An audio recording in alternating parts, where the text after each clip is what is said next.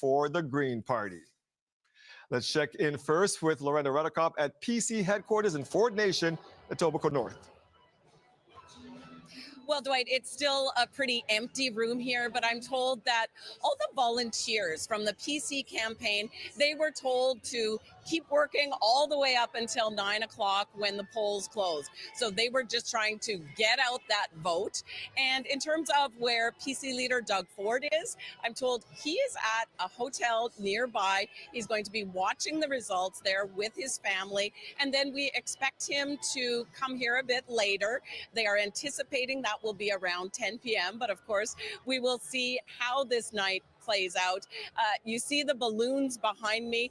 They are expecting that this will be a victory party and that they'll be dropping those balloons when it is projected who wins this election. And what this would mean is that it would be a third straight win for Doug Ford. They're hoping for a third straight majority, something that hasn't happened since the 1950s in Ontario. All throughout this campaign, he tried to make this about the fight against U.S. President Donald Trump and tariffs. We saw that day after day, and we saw that with those hats that he came out with shortly before this campaign even started, saying Canada is not for sale, and he just continued that message all throughout this campaign. So we will see if that gamble to head to the polls early, if it was worth it for the PC party. Dwight? Thank you for that, Lorenda. And remember, folks, to keep an eye on the bottom of your screen tonight. That's where you can keep track in real time of how your party is doing. That gives you the big picture of where that party is leading or elected in from our decision desk. So keep an eye on the bottom of your screen throughout the evening because it will tell you what is happening. All right, let's head out next to NDP headquarters in downtown Toronto, where we find our Dale Manuktuk. Dale. Yeah, Dwight, I'm on the mezzanine of the Great Hall and along Queen Street West. Supporters are just starting to pile in now. We can see them from this bird's eye view. Up here, Marit Stiles is watching results from a nearby hotel. Now, obviously, the goal is to become premier. We know that she's mentioned several times along this campaign trail that Doug Ford quit his job. I'm applying for that job, but the real fight she might be in is to hold on to that official opposition party status. We know that there has been some support, according to the polls, for the Liberals that could threaten the NDP's position at Queen's Park.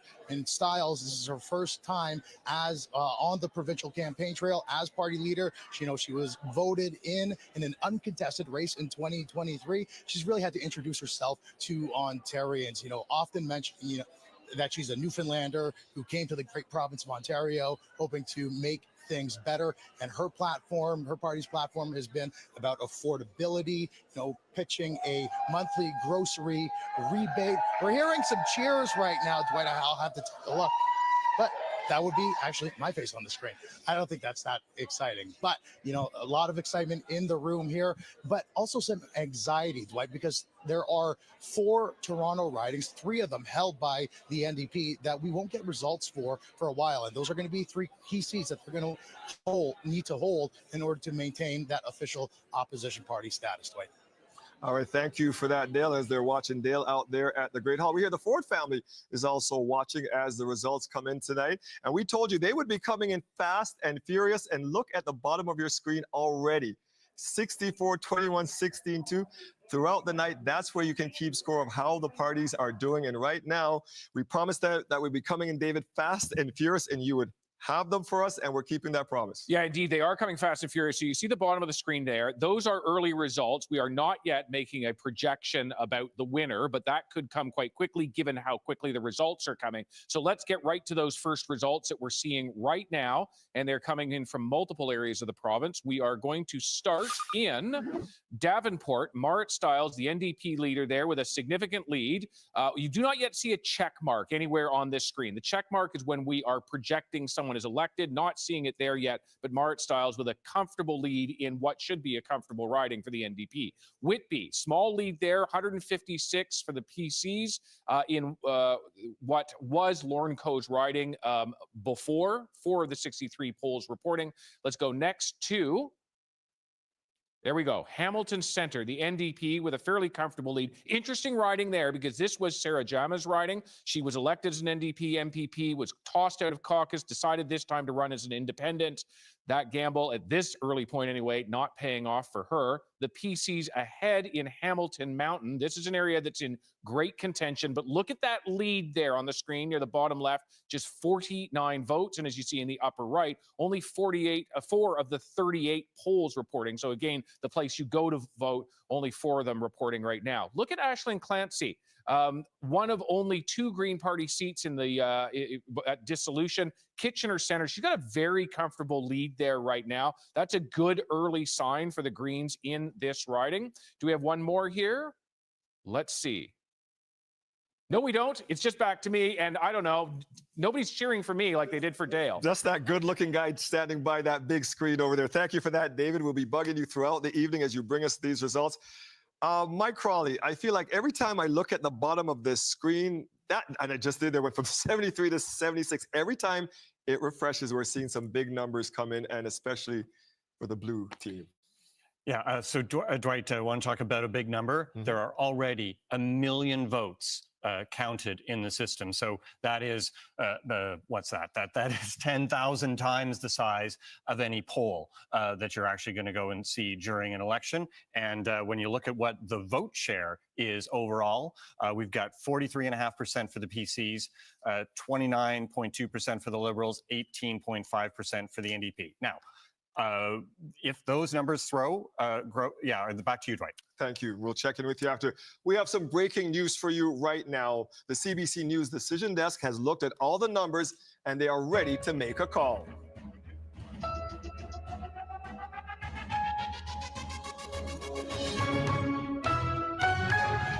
There it is, Ontario. The CBC is projecting a PC majority government, a rare three-peat, a feat not seen since back in 1959.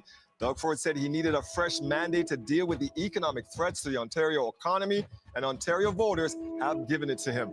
Taking a look right now live at PC headquarters out in Ford Nation, Etobicoke. Big party expected there tonight. And Mike, as we look at these results and the call from our decision desk, no punishment for Doug Ford sending us to the polls early in the dead of winter. It appears this gamble is paying off. Dwight, just how rare 3 majorities are. It's been 65 years since a party in Ontario was able to get 3 straight majorities. The CBC decision desk projecting that. Look, success in politics means winning elections. And by that measure, Doug Ford is now one of the most successful premiers in Ontario history. So look, there's lots more to come tonight. Just how high is that seat count going to get? What's going to happen with that race for second place? There's some really interesting numbers going on there too. But Doug Ford has done something that hasn't been done since the 1950s. Let's get out to the victors party right now. Lorenda Redekop is there at PC headquarters. Lorenda. Hi, Dwight. Well, lots of big cheers when this happened. This is so fast to be projecting a majority government this quickly. People in the room, they saw the video of Doug Ford and his family watching the results from that hotel nearby. Lots of cheers already then. And then when the majority government was projected, and now you're hearing the cheers again here. Lots of excitement in this room. A third straight majority government for Doug Ford and the PCs. And now throughout the night, we're going to have to watch to see just how big that majority is and whether it is indeed bigger, something that would be unprecedented here in the province of Ontario. We're starting to see more people stream in.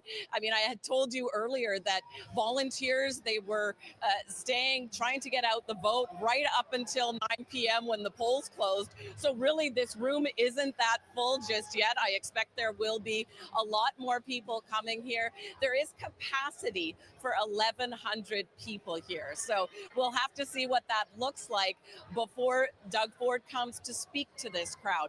We are seeing a lot of people in those hats, those Canada is not for sale hats, the ones that Doug Ford really made famous when he was at that premier's meeting in Ottawa before he called this early election. And then they also used this as part of their campaign, really trying to latch on to that idea of fear against Donald Trump and the threat of tariffs against Canada. seems, though, that right now that message really did work for Ontarians, and certainly a very happy crowd here at PC headquarters. All right, thank you for that, Loretta. We're going to watch those balloons come down behind you a little later on. I understand that we actually have the moment when Doug Ford found out that he was going to get projected for this majority tonight. So let's take a look at that. Watching with his family.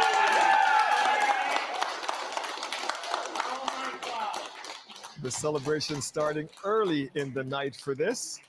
Taking a look there, we're going to go to David Common next to find out how they pulled this off tonight, David. Yeah, and it is a big event, an epic event for the PCs in Ontario. How did they actually pull it off? We're going to start by looking at the actual votes themselves. We call the share of the vote. Here's how we know. 37.6% is the historic floor of what it has taken in Ontario to make a majority government.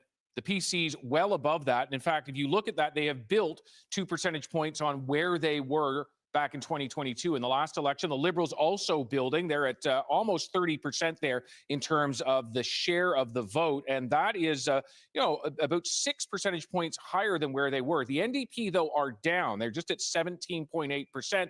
That puts them down about 6% from where they were. How does this translate into seats? Because that, of course, is the big question. Here we take a look right now. Liberals up 7 at this point. The NDP are down 4, the PCs down 3. Now, we're still at an early stage of the evening. Lots of drama still to come, but that is a tale right there about how the Liberals are succeeding in many areas. Let's dive right into some of the ridings themselves. And we're going to start in Thunder Bay, Atikokan. Okay, the star there beside Kevin Holland's name means he is the incumbent in this riding, has a very significant lead, 3,300 votes over top of the NDP, with about a third of the polls reporting. You see in the upper right-hand corner there. We go on to our next riding, and that is Barrie Springwater, Oro-Medonte. This is a riding that the PCs, if there was a weak riding anywhere in central Ontario, it was said to be Barrie Springwater, Oro-Medonte. Well, 3,200 votes as a lead does not seem very weak to me at all. They have a significant lead. We don't yet see the check mark next to Doug Downey's name, but could well get there, the check mark indicating projection of elected. So a lead of just 68 in Mississauga, Erin Mills. This one's close. If you live in this riding, we're going to watch this very carefully as the vote continues there with 8 of 48 polls. Finally, I'm going to look. There's our check mark. Projected to be elected, Stéphane Sérazin in Glengarry, Prescott, Russell, the PC there, again, with a significant lead, 2,800 votes over his nearest competitor, the Liberal. And Dwight, that gives you a picture of how things are shaping up in Ontario right now, but lots more to come. Just because we're calling a government doesn't mean, we don't know who the official opposition will be yet. We don't yet know a whole bunch of things, and that is what we're paying attention to right now. Busy night still ahead. Thank you for that, David. We'll be bringing you the results from your riding as the night goes on. And remember, you can watch that on the box, that bar at the bottom of your screen, where all of the results from the 124 ridings will cycle throughout the night. Rosie, tell us what you make of this moment for Ontario. I mean, Mike talked about how this confirms Doug Ford's legacy as one of the most successful premiers in Ontario. It also confirms his legacy as one of the most successful politicians in the country right now, fighting against incumbency, which had taken out a number of other politicians over the course of the past 12 months or so. Big win, three-peat. Vivek, what are you thinking now? This has launched Doug Ford into the pantheon of great premiers of Ontario. Yep. You look at Dalton McGuinty, Davis, Frost. You can put his name in that category now. You can look at this kind of win. I think you look at the stamina and the energy to go and take on another mandate. You look at 2 premiers who recently actually resigned, saying that they do not want to, after COVID-19, take on another Trump administration and mandate.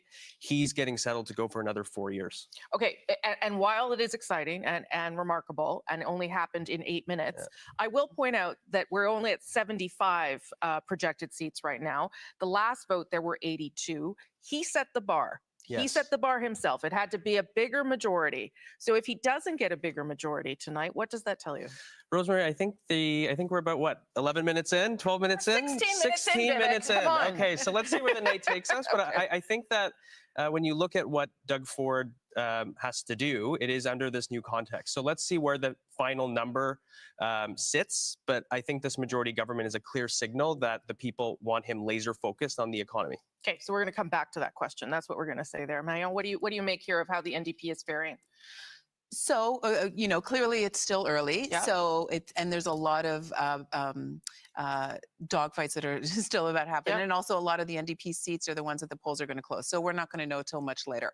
However, of course, we want to hold the seats that we have and flip the other ones. But congratulations to the Conservatives for winning. But you're full of grace. Yes. You're full of grace, Marion. But let's be clear about something. Yeah. That this was a cynical, crass move to call a winter election, right? At the time when there's going to be low voter turnout. So, if there's going to be, success, or if there's going to be congratulation based on less people actually voted for you, which we don't know yet. Which we don't know yet, but it looks like that. Vivek, That is going to be a problem. The word cynical, because I don't think it's cynical to give people a choice. I don't think it's cynical to say that democracy is probably the best way to decide who should govern our province. I would also say that national and international crises don't wait for the weather. So that is the reality that we've had to all face. I think what it is cynical is the fact that seniors can't get to the polls, or people with medical conditions and disabilities. People are canvassing in minus 35. There's 25 centimeters of snow. I mean, these are significant issues, and it's not fair if people can't use their democratic right to actually get to the polls. That's a point, but let's see what the turnout is. I think we have to wait and see that. And we have to recognize at least that the argument that Doug Ford made has worked, that people do believe that he needed a stronger, maybe not a stronger mandate, we'll see, but another mandate to take on Donald Trump. Ashley? I mean, the voters are never wrong, as they say, and Doug Ford is back in power. But I think it will be interesting to see what turnout is and what percentage this plurality actually is. Because let's remember that governments in this country get elected not by necessarily a majority of voters, but because of the first past the post system, a plurality. So if he comes back and he has like 30 or 40%, then there is still a good chunk of the province who potentially didn't want him in power. And then that's where, a stronger Liberal caucus, as we're seeing growing, the New Democrats, that's where we come in to really hold these guys to account. He's made some promises, and let's make sure that they actually do it. It took him 7 years, but he suddenly hired a Liberal and came up with a plan to get people family doctors. Let's see that happen. There's a lot of stuff Philpott you're talking about there. Yeah. There's a lot of stuff that's going on in Ontario right now. And we're going to need a strong opposition more than ever.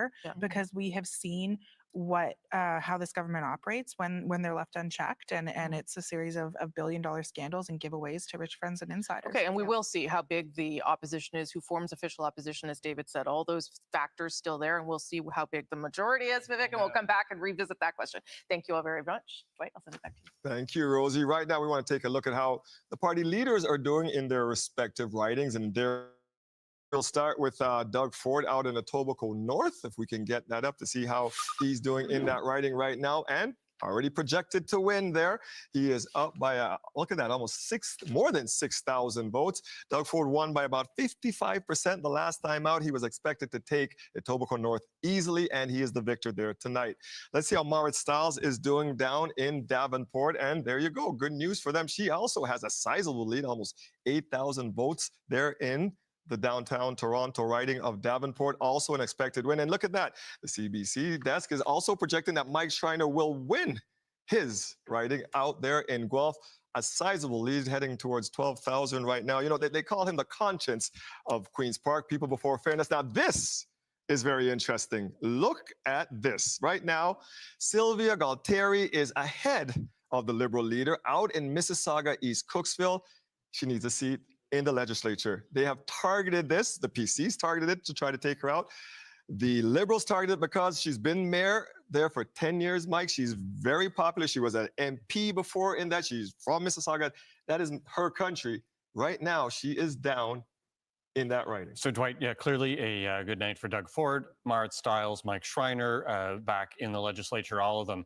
That race in Mississauga East Cooksville is really quite something.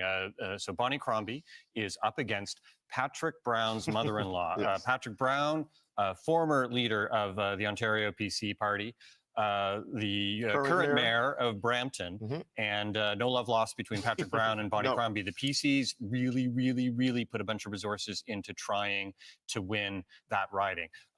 There's a couple of other interesting things that I'm noticing here, Dwight. Yes. You look at that 76 number for the PCs, and not to take away from this victory. Yes, it's a third straight majority, but that number, as it stands right now, is fewer Yes. seats than Doug Ford had in the legislature when they called this election. Yes. And if that's how things end up, that is going to raise some interesting questions about that strategy. The other numbers that are just wild here, if you look at it, look at the number of NDP yep. seats That's- in which they're leading or 24. projected to be elected. Mhm.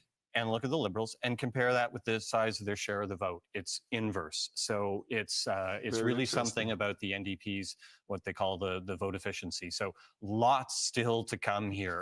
Lots of interesting stuff. Can I ask Mike a quick Of question? course. If Bonnie Crombie doesn't pull off her own seat, but does grow the caucus size for the Liberals and gets them official party status, which is 12 seats, can she hang on, or does someone give up their seat for her? Like what in Because that Stephen Del Duca scenario? last time, he That's just right. left and he just In that quit that scenario, night, what yeah. happens? Okay, so all the Liberals that I talked to, and Ashley will probably want to jump in on that, they said that there's basically 3 bars for the Liberals. 1, do they get to official party status, 12 seats, and all the resources that brings?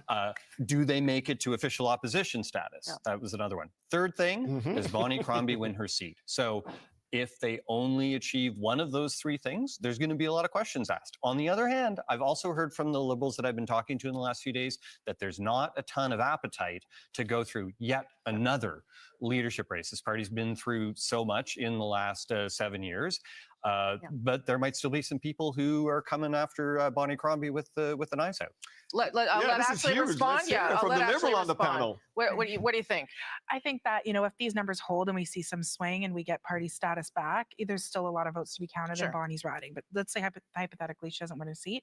I don't think that there would be knives coming from anybody who's particularly serious member of the party. Mhm. There are people who are always going to have a knife out because they feel like their chosen person wasn't the winner the last time around. But we do need some stability and we do need growth in the right direction. And I think that is what we've seen with an energetic campaigner and a targeted message from Bonnie Crombie. And she has proven herself to be a really strong leader in this campaign. No, if you can't win in Mississauga and you were the mayor of Mississauga, that is not a huge endorsement though, for decade. the leader either, right? I think we'll have to see what turns out in Mississauga, and there will be questions. But I think if she's brought the party back to party status, and then maybe a couple cushion seats on top of that, there is a strong argument to be made for her to continue that momentum and to grow the party. And she would want to, you And think? I think that would be a question for Bonnie, but I think she would want Good to answer. because she's got some great some great momentum going on. Okay, Yeah. we'll keep our eyes on this part of the storyline. Lots of good, interesting Oh storylines. man, the though, drama from is this. here. Thank you for this, Rosie. Those tariff threats, a big deal in Steeltown, and I understand that's where David is taking us next. Yeah, lots of things to watch out for. I mean, we're watching Bonnie Crombie. Absolutely, does she win that riding? But that is a big storyline. There are a number of them going on in places right across the province, and I want to dive into that right now. Here we go. Hamilton Mountain. Okay, the PCs had targeted this riding, and it was an open riding. At this point, they have a considerable lead with 24 of the 38 polls reporting over the Liberal candidate, one that we're going to continue to watch, but a considerable lead in a riding that they had targeted. We go to, now this is fascinating. This is something else. Haldeman, Norfolk. This doesn't happen, what you're seeing here. And oh my goodness, look at the lead for Bobby Ann Brady. Okay, here's the story. She is an independent. This does not happen. It doesn't happen that an independent wins in this province or in this country.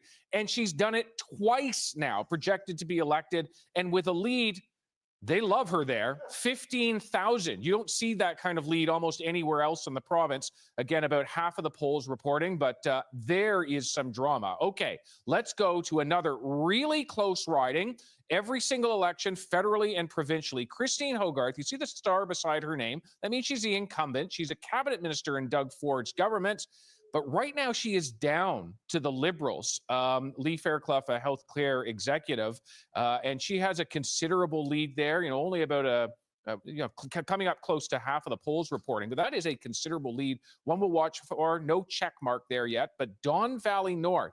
This helps explain where the Liberals are doing better, okay, where they've been able to pick up some seats. So right now they have another considerable lead in Don Valley North. The PCs wanted this. Vincent Coe, you see the star beside his name. He used to be the PC cabinet, part of the PC caucus, got kicked out over interference allegations. Now the PCs tried to run someone, tried to keep that riding. At this point, that's not working. All right, one more riding do we have? Oh my goodness. A lead of 135. That is nothing. They're going to be counting and counting and counting to watch out to see what happens in York South Weston. 6,600 votes for Mohammed Firan at this point, but he's just barely edging out the Liberal candidate. This is going to be one that's going to take some time to count. We'll be watching that as the electoral makeup of the province takes shape. Still lots of drama. Yes, there is. Thank you for that, David. You know, Mike, we watched and read a lot of your coverage this election, and during the campaign, there was bigger mandate, right? We want more seats. We want to give us a bigger mandate. Well, what do you think of that with what's happening right now? So Dwight, at the beginning of the campaign, the PCs were told in a closed-door session with caucus and all the candidates that they had the potential to hit 90 seats or even potentially above 90 seats. So I kind of did the math. I looked at, talked to people that know about the stuff of what ridings they're targeting. So on my computer, I've got this list of 18 seats that the PCs were looking to gain, to basically take away from the NDP, from the Liberals, and from that independent, Bobby Ann Brady. Of those 18 seats, the PCs are leading currently in only one of them. Wow. So they are not getting that extra, bunch of seats that they were thinking that they were going to get. That's what this was all about. Yeah. All right, thank you for that, Mike. You know who is doing better than expected right now? It looks like the NDP. Let's head out to NDP headquarters and Dale Manuktuk.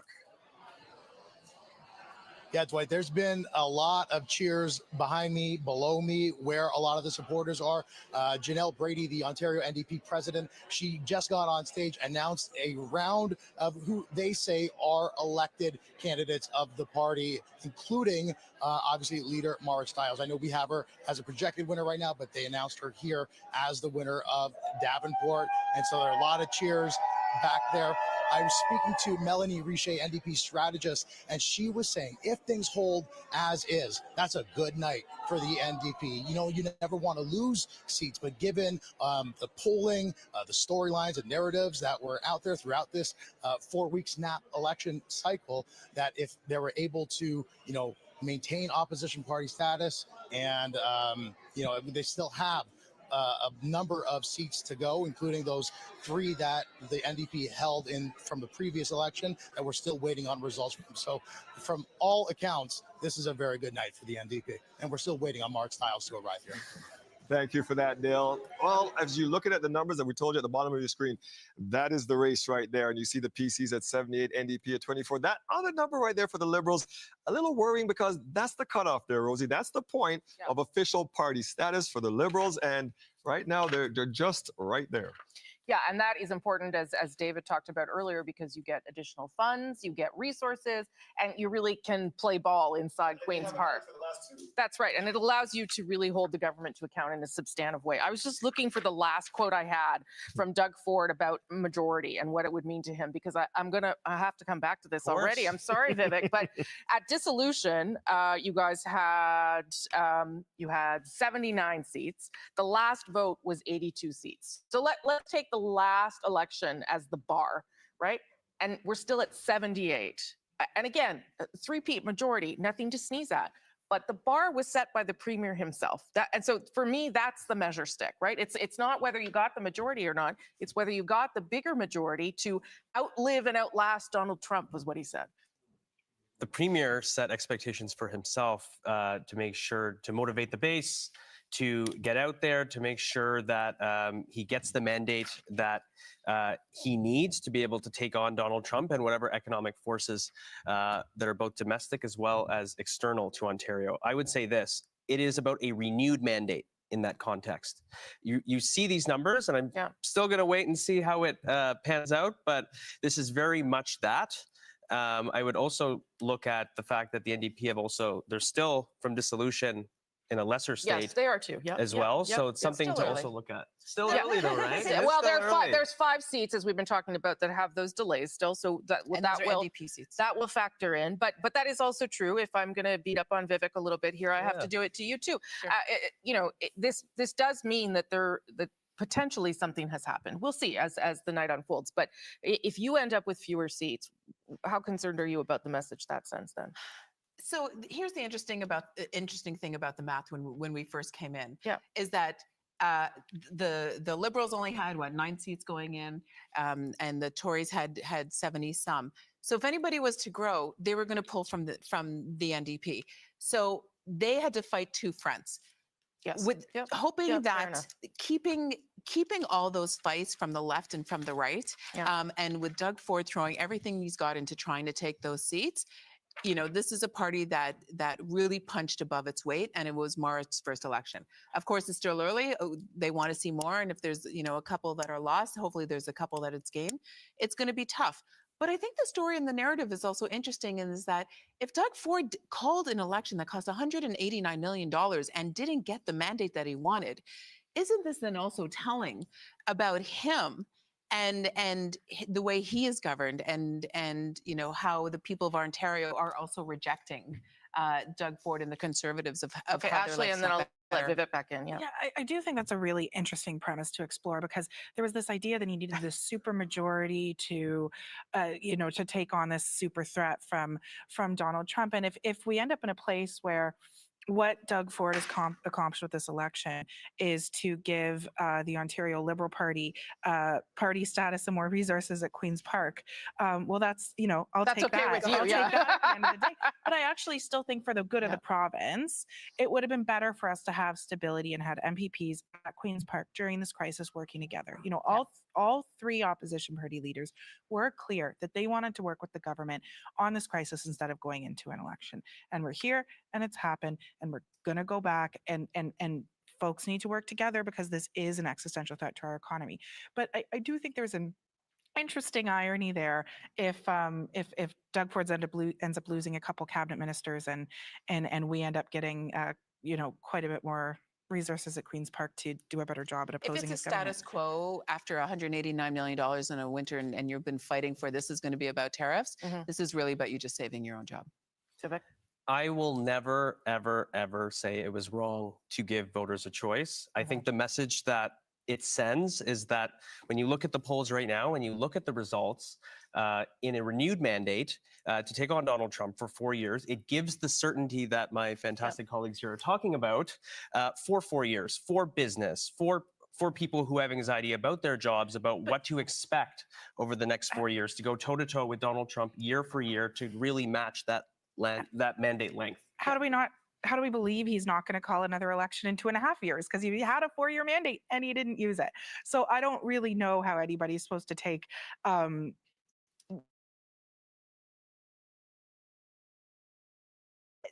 that mandate argument from Doug Ford. Obviously, is he going to stick around for 4 years? Is he going to get this mandate and then take off before the RCMP and finish their investigation? Like, there's so many questions, right? The list of broken promises from this premier, is pretty long. And even if you look at the overall numbers tonight, he 40-something%. It's a really solid plurality, but it's not the majority of people in this province. And so there's a strong job for the opposition over the next 4 years to make sure that he is held account for so many of the things he has told this province he would do and then not done or backtracked on. Mhm. But he does have it. He has does the have it. majority, and Yeah. he is going to have to deal now with Donald Trump and tariffs that could come as Mhm. soon as Tuesday. So he's going to have to face that reality whether he wants back to to work. or not. I'm going to send things back to Dwight. We'll come back to everybody here. Dwight? All right, thank you for that. We're about to make another call here. We have some breaking news for you right now. The CBC News Decision Desk has been crunching the numbers and is ready to make another projection.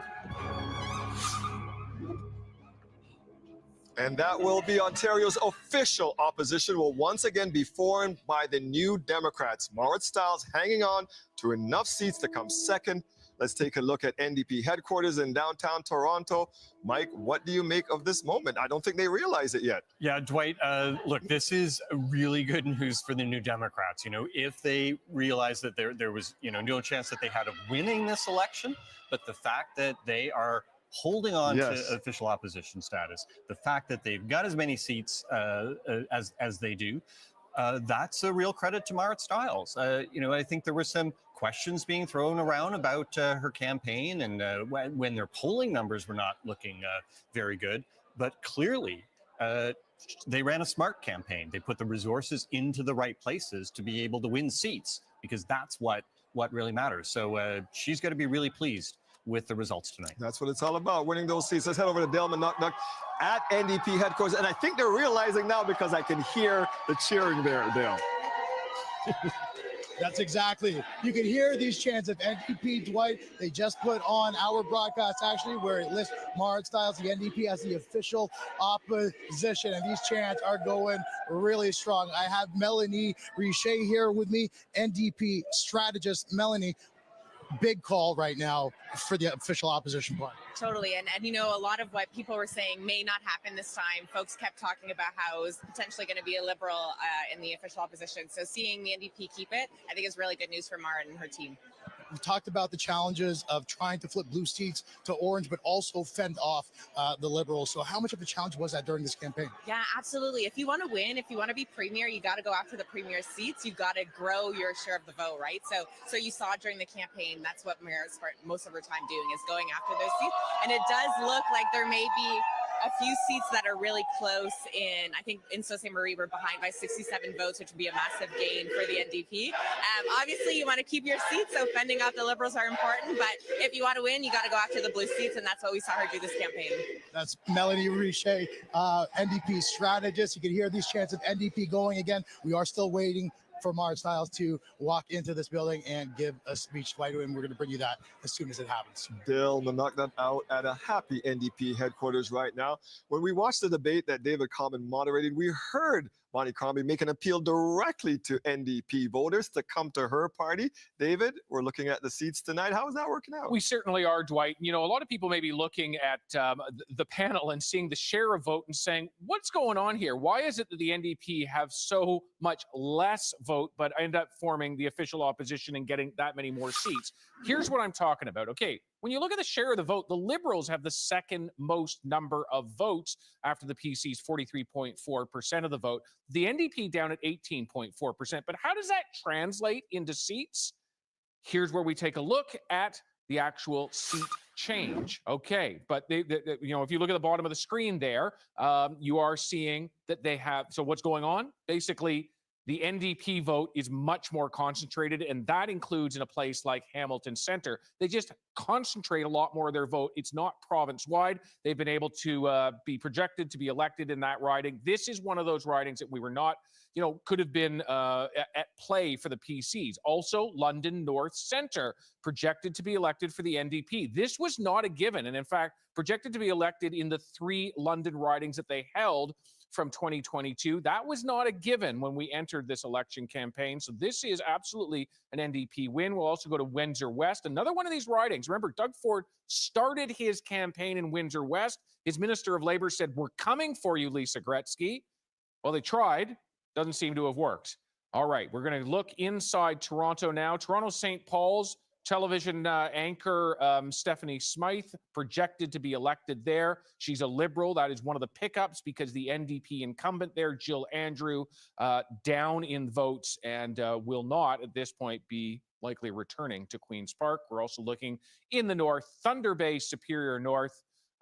2,000 vote lead there for Elise Vajoie, who is projected to be elected over the PCs. These are all ridings that the PCs had tried to target, or that the Liberals had tried to target to take from the NDP. And I think by my count, in only one of those cases did it work. Wow, certainly an efficient vote tonight for the NDP. Let's head back over to Rosie for her thoughts on all of some this. of those ridings are pretty interesting because those are the very ridings that are very concerned. Windsor West, pretty concerned about Donald Trump's tariffs, and that did not pay off for Donald Trump. Would you like to reenact your reaction to getting official opposition? No. I've never seen someone so happy to come in second. It was a good sigh of relief. It was. I mean, you know, I'm happy for them. I mean, they worked really hard. Yeah. And they pulled the vote, and you know, they had boots on the ground, and so that was really great. Again, we're still hoping for that number to continue to go up, but you know, losing Jill was a bit tough. But here's the thing: is that Doug Ford was laser focused on the border, the border corridor, and the manufacturing sector. You know, and he had the resources to go in, and you know, for the NDP to hold them off, that is a very strong victory. And Ontario North too, which does flip blue and orange. The fact that you can hold there as well. Yes, and also because it used to be red, and so and I think that the North is very important, and the fact that they do it, they had a strong ground game. They were able to pull the vote. New Democrats are very good at being able to get their vote out. So what is going on, Ashley, with the Liberals? Are you you have a bigger percentage of the vote? You have fewer seats, considerably fewer seats. Is that the way the vote is splitting? Is that vote efficiency? How do you explain that to your party? I think it is a bit of vote efficiency, the way things are splitting. It's the number of boots on the ground, right? Because when you have the NDP has these historic, really strong union relationships that really help them get a lot of boots out on the ground when they know they have to hold a riding, and they'll pour resources into it. And then, of course, the Conservatives being government have that. And I think that this has been a challenge for us. Last election, we had 1 million more votes than the NDP. Yeah. We're looking significantly ahead of them again tonight.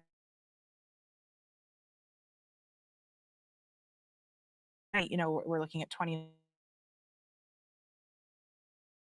Liberals about how we make our vote more efficient. I think it's something we've been talking about for about 7 years now in Ontario, and we clearly need to keep talking about it. But I think that our organizers have done an excellent job on holding the seats that we had and on making some important gains. And there's a lot of ridings to watch that we're still keeping an eye on that will make a difference on how comfortable we can feel about that party status that we're sitting at right now. Yeah, party status would matter. Is a massive step for us. You know, I don't think people realize, you know, if you don't live in the political world, I don't think you realize what a difference that is on what your resources are, right? Like we've been essentially a series of MPP offices that like decide to be friends and help each other, as opposed to the resources of having like a caucus bureau and set number of questions and question period. Like that hump over into party status is a massive win for the party. And I think it comes on the force of Bonnie Crombie's personality and the race that she's won. We'll see, because she still hasn't won her own seat. Last I checked, keep so refreshing the page pretty frantically. It'd be a very awkward evening for you, Ashley. Last word to you, Vivek, just on those couple of ridings that the NDP kept, Windsor West, that one in Thunder Bay. What does that say? That those places where, as David pointed out, Doug Ford and his ministers said, "We're coming." Was it too ambitious to go after those, or were those places where it was at least worth an effort, even if you didn't get it? It's absolutely worth the effort. I think reaching Ontarians across the province is always worth the effort.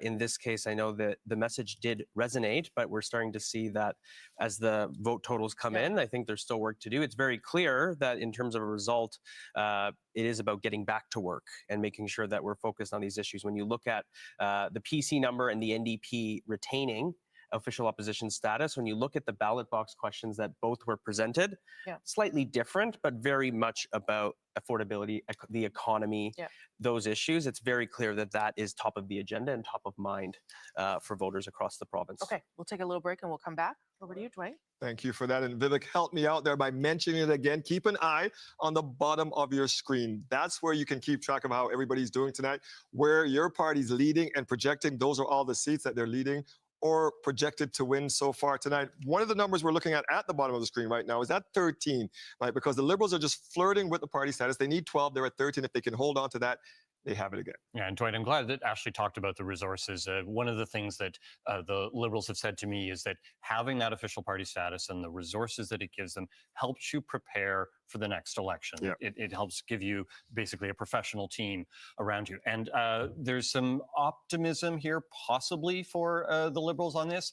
So you see they're leading or projected to be elected in 13 seats. Yes. One of them is very, very close. They're leading in Ajax, by a really slim margin, 330 seats. Wow. 330 votes. Mhm. So, that one's touch and go for sure.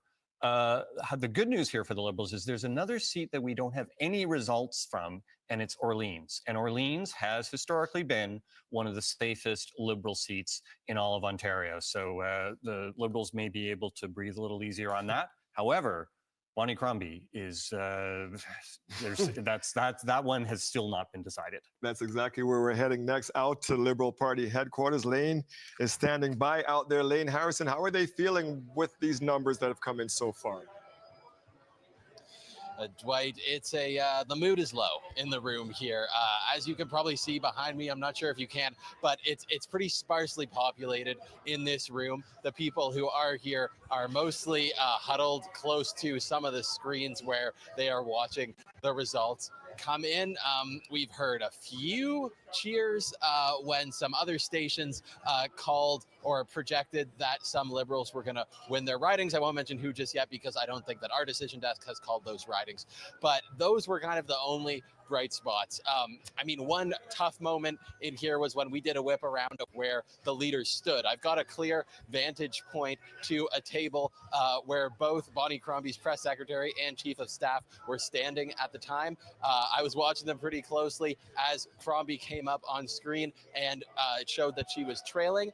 They both looked at each other, said nothing, and then looked back at the screen. So it is obviously not the night that they were hoping for. I mean, now, we're on the edge. They're on the edge of that official party status. So that is something that is one bright spot, I guess, in this room. But if you were in this room tonight, like I have been, you would not think that there have been any bright spots for the Liberals here tonight. We are unsure about when Bonnie Crombie is going to speak. We're trying to get information on if or when that will happen. We know that she is in here and she is watching these results. Like everybody else, some of her top staff have disappeared from the room here. So I'm not sure if they're with her or what's happening behind the scenes for the Liberals, but it is really obviously, Dwight, not the night that people were hoping for. I've seen just one solemn hug so far and not a lot of smiles in this room in Mississauga tonight, Dwight. All right, we will check back with you to see if we do hear from Bonnie Crombie at some point there. Mike, sounds like you have something to say, sir. Yeah, Dwight, I'm getting texts from Liberal sources who are saying the mayor of Mississauga should be able to win her seat and deliver additional seats in Mississauga. So that's coming from a Liberal. I'm doing some of that too, I should say. That I also put that question that I put to you actually about whether Bonnie Crombie can stick around if she can't win her seat. I am not sure that the answer is a resounding yes from Liberals. Yeah. And I am not sure that they are happy with what has happened, even if the bar was very low. It is very possible that Bonnie Crombie may have to wear this, especially if she can't win. I think one of the things that the Liberal campaign is going to try to go and say is that, well, the Ontario Liberals had the disadvantage of the federal Liberal leadership race pulling, resources away from them. You might also get this sense that the Ontario Liberals don't want to go through yet another leadership race. Just the hassle factor, the cost involved in all of that, and so. There may be those kind of two different factors being weighed as to whether Bonnie Crombie survives. Though I think if you start to blame the Liberal brand, you would be making a mistake right now, because the Liberal brand in all federal polls is pulling back up, and we saw Bonnie Crombie at the last minute endorse Mark Carney as an attempt to attach herself to that bit of momentum, and that doesn't seem to have done anything for her there. And one just last quick thought is that the Ontario Liberal campaign team are some folks who was directed by a person who was in her first full provincial campaign, and it's a tough job to try to do, going up against, Corey Teneycke leading that campaign for the PCs, incredibly experienced campaigner, and the person who was supposed to be the campaign chair for the Ontario Liberals became Chrystia Freeland's campaign director in the federal leadership. Can I jump in one more time? All right, one Okay, more. One more, because I'm getting out to Just because the Prime some tight Minister has races. issued a press release, Oh, so I okay. have that That's little important. piece of Yes, Ottawa yes. information, congratulating Doug Ford and the Progressive Conservative Party on their win. And he goes on to say in his statement, at this crucial time, we must work together to defend Canadian interests, protect workers and businesses, and grow our economy. This includes making progress on the top of mind priorities of Ontarians and all Canadians, creating good paying jobs, building more homes, investing in healthcare and affordable childcare. So very much reiterating sort of what Doug Ford's whole point was, right, about this election, and obviously showing that he's ready to get back to work with Doug Ford as Premier. And thank you for bringing that Thank to you. us from the PM. All right, we promised you drama tonight, and the Liberal leader, maybe not winning her race, is some drama, but David Common has even more drama for us with some of these tight races you're looking at, David. There are some very tight races that are still underway. I just want to help you decode one thing that we see here. Seats to come, which is in near the bottom right corner of your screen. There are 5 of them there. The reason why they are still to come is because there were delays at some of the polling stations. And so Elections Ontario has held back the results for a number of them, including King Vaughan, Orleans, 2 ridings where they're not going to report results until 11 p.m. So we're still more than an hour away, 11 p.m. Eastern time. We do have 2 time zones in this province. We often forget that, but hello to the people of Kenora who are an hour behind us here in our Toronto studio. Okay, let's get to those 2 close to call ridings, and we're going to start in the far north. This is Mushkegowuk, James Bay. There is a lead, barely, of 20 for the PC there, ahead of the incumbent NDP. 18 of the 31 polls reporting. If you ever need an excuse for saying, does it matter if I go and vote? This is the proof right here of, yeah, it matters when you vote, because your vote can turn elections in places like this. Interesting little note about Mushkegowuk, James Bay. Largest riding in the entire province, 500 times the size of the city of Toronto. Okay, let's move on to our next riding, and that is Mississauga, Erin Mills. Woo, really tight lead there, 39. The incumbent PC in a fight to keep that over the Liberal. One of those races that had been targeted, of course, in Mississauga by Bonnie Crombie, as we've all been saying, once the mayor of Mississauga, maybe not leading in her own riding, but currently not leading in Mississauga, Erin Mills either. Okay, we're on to the next one. Sault Ste. Marie, the PC candidate, open race here, no incumbent, a lead of just 112. So another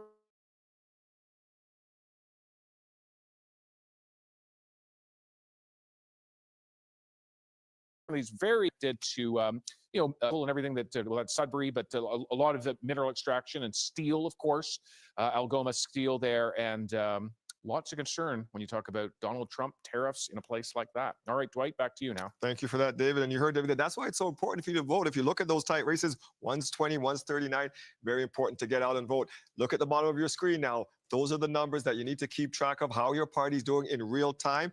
The Greens have got 2 seats projected to win. That was what was expected tonight. They were hoping to get 3. Let's check out Farah Morelli, who was out at the Green HQ out in Guelph. Farah. Yeah, Dwight, as you can feel or hear in this room, a lot of buzz, a lot of excitement. That's because in just a few minutes, I'm told that leader Mike Schreiner will be coming out to make a speech in what is a decisive victory for him tonight. It was a decisive victory for him in 2018. It was a decisive victory for him in 2022. Certainly one for him tonight. And he has something to celebrate. We now know, or projecting, that Ashlyn Clancy in the riding of Kitchener Centre will also be going to Queen's Park. So, as you said, 2 Greens returning to Queen's Park. What is going to be a disappointment, though, for the Greens is this riding of Parry Sound Muskoka. We are projecting that the PC candidate, Graydon Smith, and this is with 86 of the 103 polls reporting, will defeat the Green candidate. And remember, that was a riding that the Greens really, really, really hoped to flip Green. They spent a lot of time and resources there. But for now, Dwight, a lot of excitement in the room. We're waiting to hear from Mike Schreiner on his victory tonight, and the victory of really holding on to these 2 seats that they wanted to. Thank you very much, Farah. We're going to head out to Robin Miller at Ottawa Centre, and she has the winner in that riding. That's right, Dwight. Lots of excitement here in Ottawa Centre, where CBC is projecting an NDP seat for Catherine McKenney, a very well-known name in this city, former city councillor, mayoral candidate, and now MPP for Ottawa Centre. Catherine, congratulations. Well, thank you. It's pretty exciting. How are you feeling in this moment? A lot of relief. You know, you work hard. You go to the doors. Day in, day out, you talk to people. It always felt good. We were getting good reception, but you want the results in, and now we have them. NDP also being projected as the official opposition again. How are you feeling about that? You know what? I am so happy, but I knew when I was talking to people that people want a new way of responding to our needs, whether it's housing or transit or for renters. Really, people are looking for new ideas, and this is what our campaign brought to people, was new, bold ideas. And I think that, tonight we see that we were rewarded for that. How are you going to translate those ideas into action at Queen's Park, dealing with another majority government for the PC? Absolutely.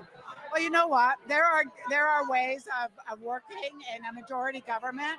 I've learned that through my time as council, that you can work across party lines. You can, make those small incremental changes. And I've often said that if you don't need to take credit for all of the work, you can get things done. And I will go every day and make sure that we are, pushing for better transit funding, pushing for better housing, and just sharing the ideas that I know will work. You said in your speech there a few minutes ago that tonight's vote showcased that people in Ottawa Centre want to embrace, I think you said, love and hope. What do you mean by that? We are in a time, we're seeing it, where there is a backlash against newcomers, against queer, trans people. And I think that tonight's results show that Ottawa Centre is a place where others will want to compare themselves to. This is a place where we embrace diversity and we embrace each other. Congratulations. Thank you very much. Dwight, that is the new NDP MP projected for Ottawa Centre, Catherine McKenney. Back to you. All right, thank you very much for that. And as we look at those numbers for the NDP at 25, 14 now for the Liberals, 2 for the Greens, and 1 independent. And the real number there, Rosie, is that 77, because throughout this campaign, all we were hearing, this is about a bigger 4-year mandate, and it's supposed to be a bigger mandate than the one currently. Yeah, and I want to bring in the panel, but I do want to give a moment to Doug Ford just to think about what he has done here. Again, probably not the bar that he had set for himself at 77. We'll see if it goes up and down a little bit more. But the moment, and I know the panel thinks it was cynical, but but it was also good politics, right? To see a moment, a window to call an election that you didn't have to call, to see a vacuum in Ottawa with a prime minister who was stepping down, to be chair of the Council of the Federation, so chair of all the premiers, step into that leadership role, and see that there was an opportunity here to take advantage of an existential moment in this country's history and put yourself forward to try and be, the savior, at least for Ontario. It sounds like a great strategy. Yeah, and it paid off. However limited it is in terms of what Doug Ford can actually do tomorrow and the next day and the next day. We know he's promised as much as $40 billion to help support Ontario, but he certainly can't do the kinds of things that a prime minister can do, right? Exactly. And that's really where That's why he's meeting with governors. That's right, and that's the difference and the limitations. But it almost doesn't matter. It almost doesn't matter, because Ontarians, like so many Canadians, so seized with this issue of Donald Trump that they were willing to give him an opportunity to continue in that role. I think Mike wants to jump in there. Sure. I mean, a majority is a majority is a majority, and you have a majority. Doug Ford is going to have a majority for another 4 years, if that's how long he wants to last. Actually, 4 and change, because he doesn't actually have to call an election until June of 2029 under the law. And it's going to be interesting to see to what he does with that majority.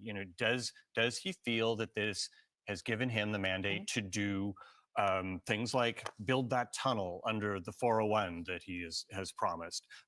What does he actually do also within the problems in the health system?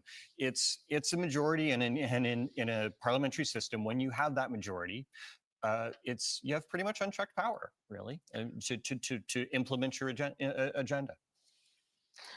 What do you think, Vivek? I mean, just to talk about the timing, the opportunity that Yeah, I for know, sure. I know everyone else thinks was cynical, but it was also when you are making calculations about extending the life of your own government and your power, and you see, potential vacuums of power, weaknesses, opportunities, and you take all those things into account. Tell me how now you think Doug Ford has to live up to the expectations that he has put in terms of his response to Donald Trump, right? It's a great question. I think when you look at the responsibility, it is a majority. And as Mike said, a majority is a majority is a majority, and the responsibilities that come with that. I think the question around, does he have the ability to execute on his agenda? Absolutely, across the board. You look at the work that he's been doing, I think that's an endorsement of that work, of the last two mandates. I think growing in strength.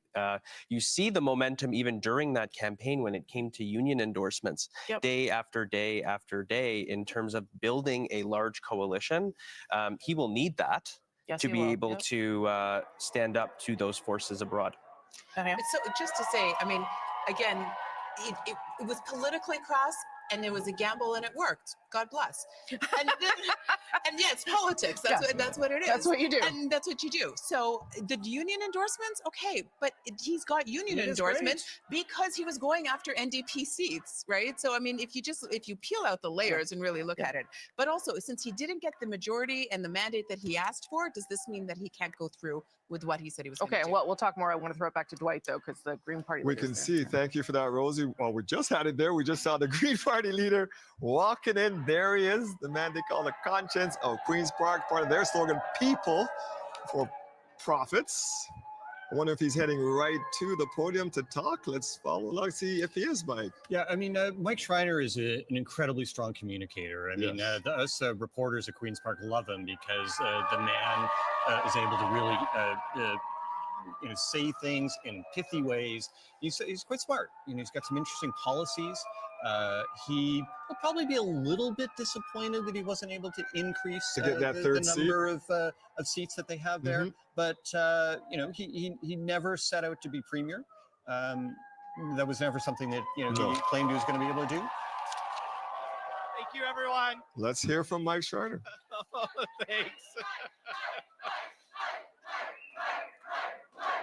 Thank you. I love you, Guelph. Thank you. In 2023, the Ontario Greens made history by electing the second Green MPP in Ontario's history.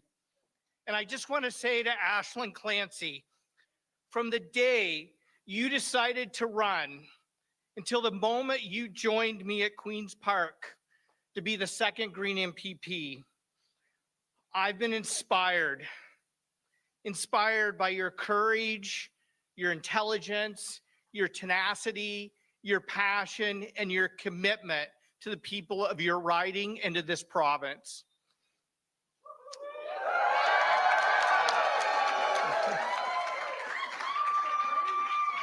Together, we held Doug Ford's feet to the fire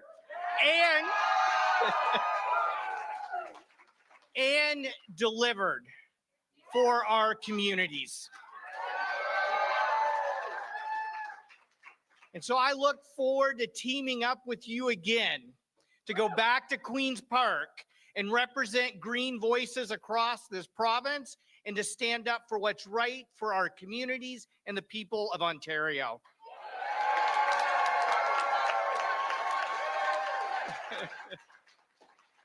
You know what? Anyone who thought Ashland Clancy's by-election win in 2023 was a fluke was wrong. And we proved them wrong tonight. And we will keep proving them wrong as we build momentum for the Ontario Green Party across this province.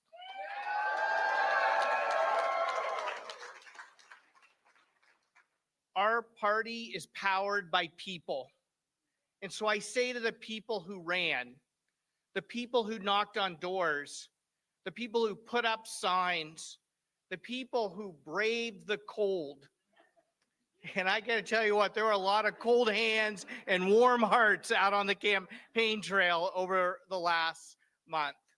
I want to say to each and every one of you from the bottom of my heart, thank you, thank you, thank you for working so hard for the Ontario Greens.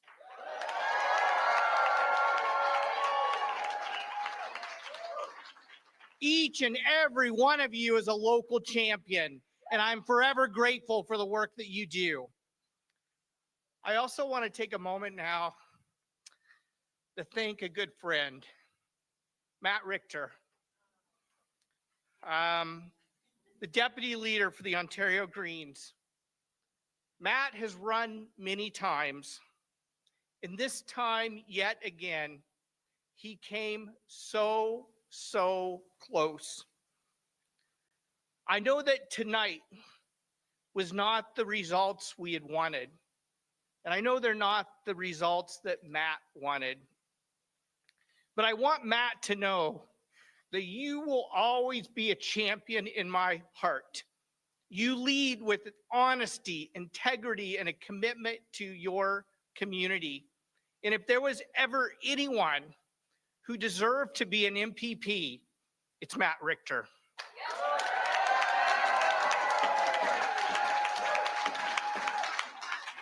Matt, yeah, let's hear it for Matt.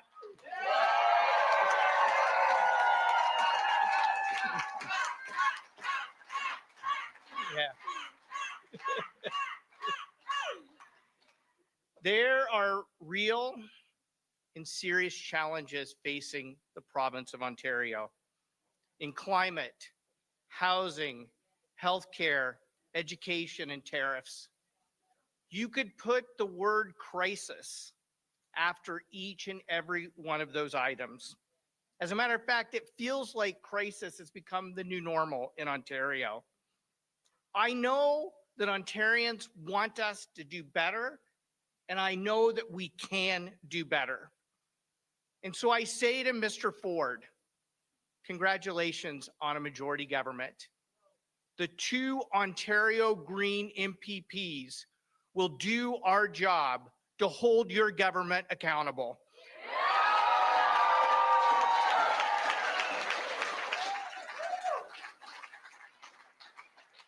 We will do it as the unofficial official opposition.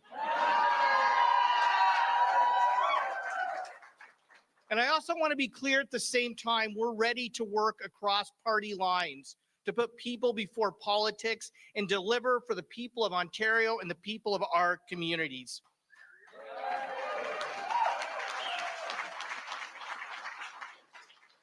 And tonight, I say to progressive voters across the province of Ontario, don't agonize, organize.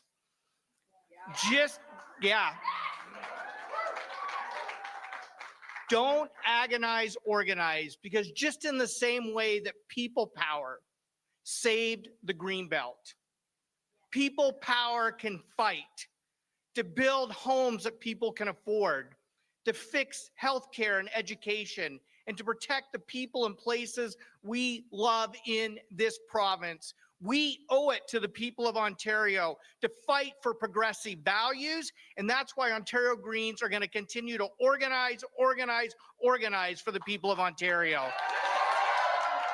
Hearing there from the Green Party leader, Mike Schreiner, after he won his seat out in Guelph. They have 2 seats back at the legislature, Mike, but you and I were talking earlier, we're hoping to get 3 tonight. Yeah, and you heard the emotion in Mike Schreiner's voice there, in particular when he was talking about Matt Richter, who was the PC candidate in Cottage Country, Parry Sound, Yes. Muskoka. Mike Schreiner will have, a fellow MPP with him there at Queen's Park, and I would expect to see him putting forward ideas, a lot of policy ideas he has. In fact, his platform, the Green Party platform, was more developed, had actually more detail in it, including numbers, than any of the other parties. Yeah, because we got had. it like the last week of the campaign. We started getting these platforms coming out. They also came out with it way earlier, and his party also was offering a bigger income tax break than any other party. Interesting, Rosie. Yeah, I mean, I think the other thing you get from Mike Schreiner is the him reminding people that they are still empowered, even in a majority situation, right? It is because of opposition parties that the Greenbelt scandal was exposed. And so for the Green Party to have 2 seats and know that they are there to defend certain interests inside Queen's Park is still important, especially on a night like this where you have the PCs with their majority. That is an important message for people. And we do hear from him a lot at Queen's Park. That's right. All right, we have some breaking news for you right now. The CBC Decision Desk looked at the numbers, and they're projecting that Bonnie Crombie will lose in Mississauga Cooksville East this evening. This means she will not have a seat in the legislature. This is a huge blow to the Liberals tonight.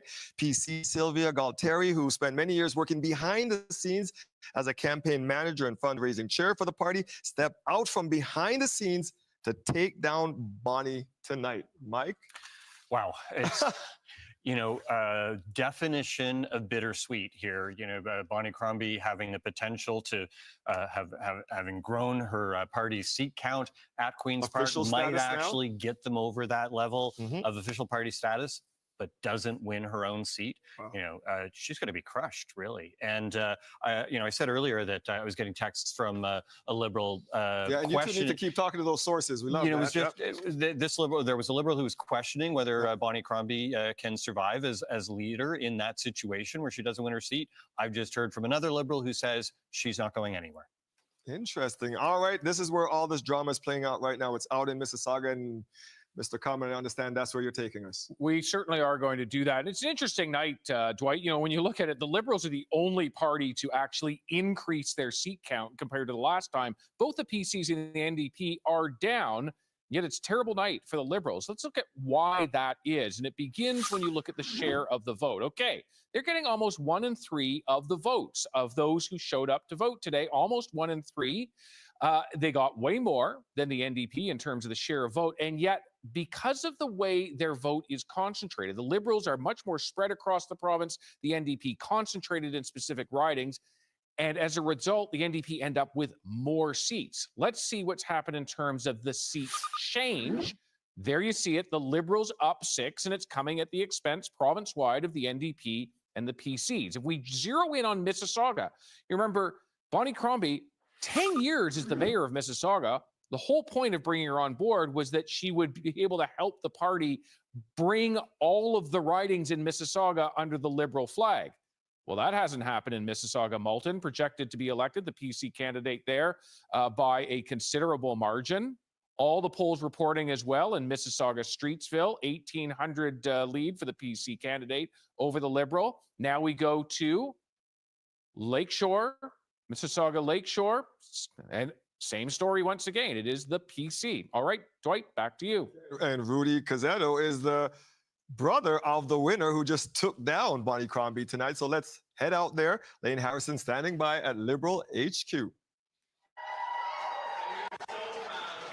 So Dwight, just behind me here, Bonnie Crombie's sons have taken the stage. Jonathan and I are here tonight to introduce you all to the next Premier of Ontario, our brother, Bonnie Crombie.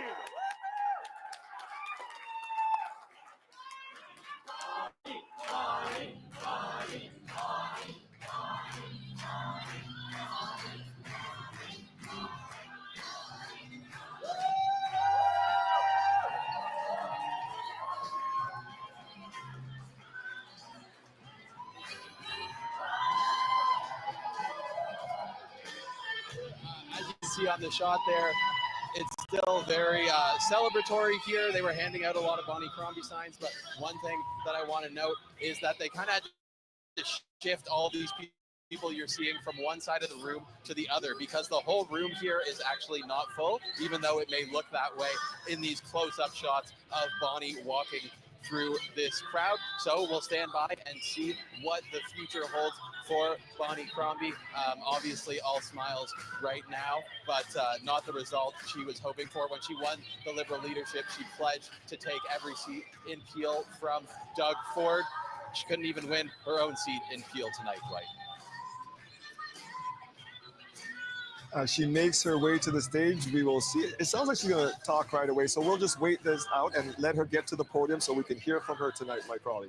Yeah, Dwight, very much putting on a brave face, I think, especially like that introduction. That's kind of cheeky. The next, Yeah, the double next there was the key, yes. Look, Doug Ford is the premier tonight. Very clearly, he won this election. So, well, I mean, does that mean she's staying on? If she's the next, but she has to be there to do that, no? Yeah, that's going to be her call in many ways. And be interested to hear how she characterizes the results tonight in this. Let's hear from Liberal leader Bonnie Crombie. Thank you, everyone. Thank you. Thank you. Hello. Good evening, everyone. And thank you for being here. I want to thank each and every one of you for everything you have done in the last 28 days. Oh my gosh, those snowbanks, the salt, how many pairs of shoes have you ruined? You've really stepped up. And many of you put your name on the ballot that are in the room here tonight. So, listen, running for office is no small thing. So no matter who you ran for, or our province and our democracy are better because of the hard work, right? So thank you. I know tonight isn't exactly the result we were looking for, but you should be very, very proud of what we did tonight.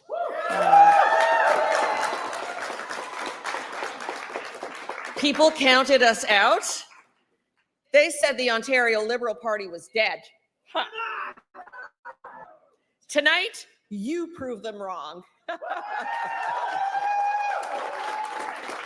The Ontario Liberal Party is back to official party status, and that's a big milestone. But it gets better. We increased our share of the votes substantially to 30%. Double digits over the NDP, right? So this is a building block for us. It is a momentum that we can continue to push forward and to grow, right? So tonight, let's celebrate all our new MPPs that we're going to bring back, and let's celebrate coming back to party status. So that tomorrow we can get back to work, making sure those other guys do their jobs. Look, voters have given Doug Ford another mandate tonight. Smaller, but nonetheless. But many, many of you are asking for a strong voice to hold him accountable as premier. And you can count on me, okay?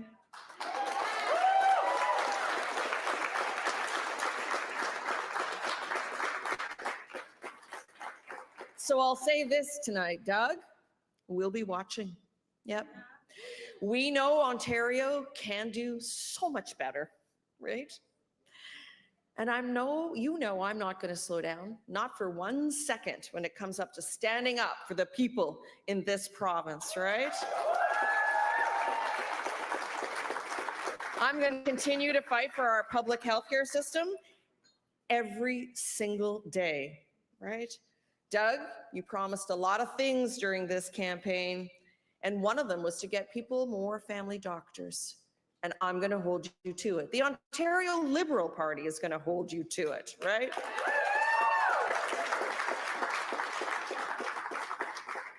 Because the people of Ontario deserve more than they've gotten from you over the last 7 years. You promised to protect Ontario, but you neglected Ontario. And we're going to make sure that you go back to protecting us. We'll make sure that you protect our public health care system and our Greenbelt and everyone trying to get ahead in this province who doesn't have a direct line to your office. Ontario, I'm here. I am with you. And I commit to you today that I will stay on.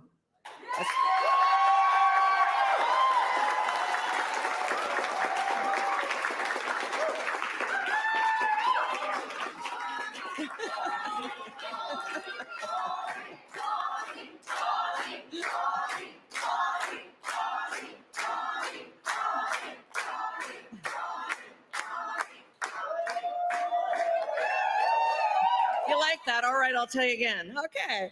I commit to you that I'll stay on as Ontario Liberal leader so that I can keep fighting for you. Thank you, everyone. Thank you. Let's enjoy the night. That was the big question of the night, and she's answered it for us. Liberal leader Bonnie Crombie says she's not going anywhere. She's taking tonight's results as a building block for her party. She has brought them out of the wilderness back to official party status. But, Mike Crawley, she does not have a seat. You know, Dwight, that has probably got to have been the most difficult political speech of Bonnie Crombie's life. You know, you could see the emotion in there.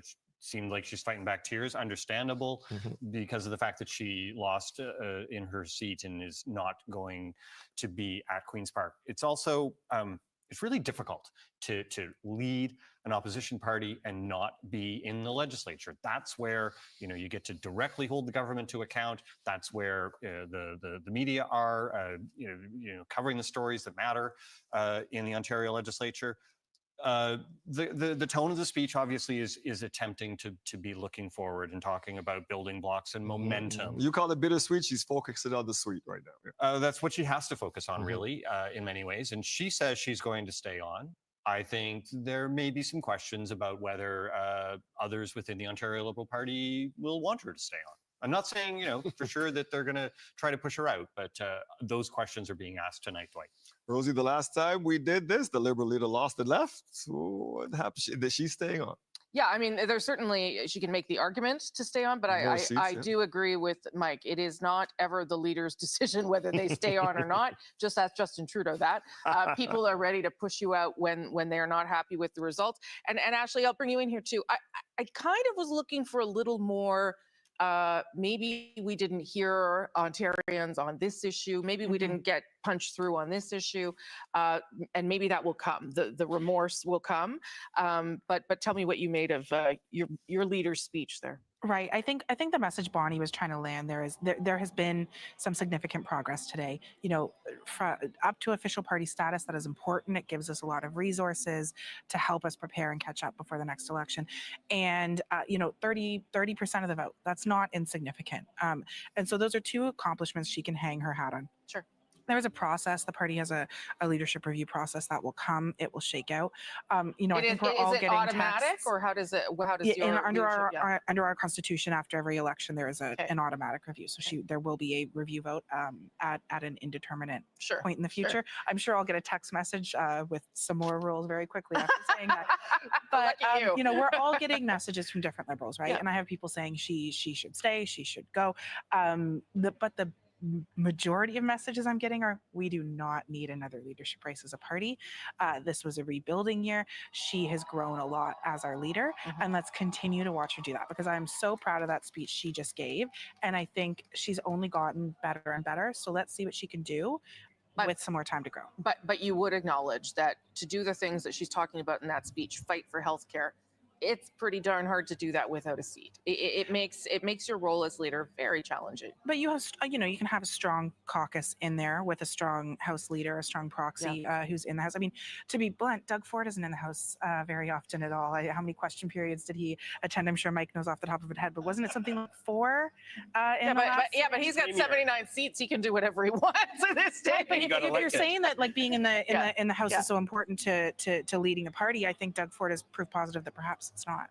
Vivek, do you want to respond to that? Yeah, I would just say Doug Ford got elected. Doug Ford won a majority government. I think he has a lot of priorities inside, but also outside the House. And I think for him, it will be, he will have to be in all those places. I think it'll be difficult for the Liberal leader in this case to have to wear a visitor pass into Queen's Park to be able to lead the party. We'll see what happens. This is tough. I'm sorry. This is just not easy. I mean, politics is fascinating. You never know what's going to happen, but I don't know if anyone had this on their bingo card. Well, maybe Patrick Brown did. Yeah, that's right. I get lots of emails when I'm on the TV, and someone did just email me with it. I thought a good question to put to you, Vivek, about whether this majority for Doug Ford, which remains majority, but is not, you know, maybe the big thing that everybody wanted, whether that will give him pause about some of the things that he needs to focus on, healthcare being one of them. Do you think that he will take a message from what happened tonight? I think that every leader should take a message. I think for now, the renewed premier he should actually take a step back and look at how did it all transpire? Sure. What are those priorities? I think the message for him, all of the issues that came up are important. Healthcare is important. Affordability is important. The economic challenges we have are paramount when it's existential. I think for him, it's about how do we execute all of those things at the same time, because they're all critical. But we need to make sure that we are doing good as a province. We're doing well as a province so that we can actually execute on all of those different programs. I just find this, I mean, I'm sorry, I'm just going to be a little, I'm just going to call it out. Yeah.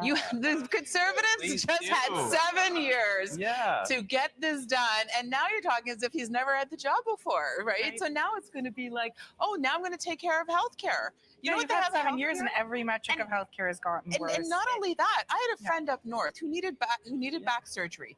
Got a referral to a surgeon. Surgeon calling goes, yeah, you can have back surgery in Toronto, but you know you're going to have to spend an extra $700. You're going to have to spend $750 to secure the appointment, or you're going to have to wait 2 years and get it done.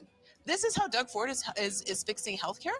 Billions of dollars invested in healthcare, but something I would also add, it's not just about the money, it's about assembling a team of rivals to make sure that you have the best people who can actually execute on that job. Dr. Jane Philpott, former Liberal health minister, brought in to actually bring in some of those minds to be able to execute. That is the benefit of having a leader like Doug Ford. He will bring those people regardless of political stripe, and that's what Ontarians voted for. Last word to you, Ashley. I will say that Doug Ford did nothing to address the crisis in our with family doctors and the fact that there were 2.5 million people who are looking for one in this province until Bonnie Crombie made it a core plank of her plan, and then he brought in a Liberal to do it. He's done a really good job at selling people on an idea of what he does as premier, but then when you actually look under the hood and see what he's doing, the guts aren't good. And tonight was a mixed result for my party. And I think you guys lost some seats that, everybody lost some seats that they probably have members they're thinking of right now. But the fact of the matter remains, the majority of voters in this province did not vote for Doug Ford, and the opposition has an important role to play in holding them to account, because we have seen what they have done over the last 7 years, and we need to stop some of those giveaways. And Doug Ford, back to my original point, we'll have to take that into account now moving forward, that he will have to course correct when needed. Dwight, back to you. Thank you for that, Rose. If you look at the corner of your screen, you see that big Protect Ontario. We're watching that as we wait for the PC leader to make his way to the podium and do his speech. While we're waiting for that, we're going to go to David Cullen with some of the ridings the PCs targeted this campaign, David. Yeah, absolutely, Dwight. When we look at where we are right now, Trump's tariffs could come on Tuesday. And of course, Doug Ford, when he called this election a little more than a month ago, used it as the justification for why he wanted to have a bigger mandate, more seats. And so they started targeting specific ridings across the province. How did it turn out? Let's look right now. And we begin in Algoma, Manitoulin. All right. This was a riding that had been held by a person who'd been kicked out of the caucus and picked up by the PCs. So good for them, good for the campaign in doing that there. Let's keep moving on to another riding, Hamilton Mountain. Okay, this is another riding pickup for the PCs. But now let's turn to Kanata Carleton. And it's a different story there. Liberals keeping that riding there, and by a comfortable margin. Karen McCrimmon, one-time federal MP, now heading to the Queen's Park as the MPP there. Oshawa, this was the only riding in the last election in the Greater Toronto Area that went to a party other than the PCs. Well, looks like it's staying with that party. The NDP projected to be elected once again in Oshawa. Dwight, I'll head right back to you now. Thank you. And we'll continue with the PC strategy here, Mike. Yeah, Dwight, look, the PCs won, but they didn't grow. They didn't grow the number We of wanted a seats. bigger And so, majority, I think what it says about the strategy is, absolutely, from a perspective of winning an election and buying yourself another 4 years, they did the right thing.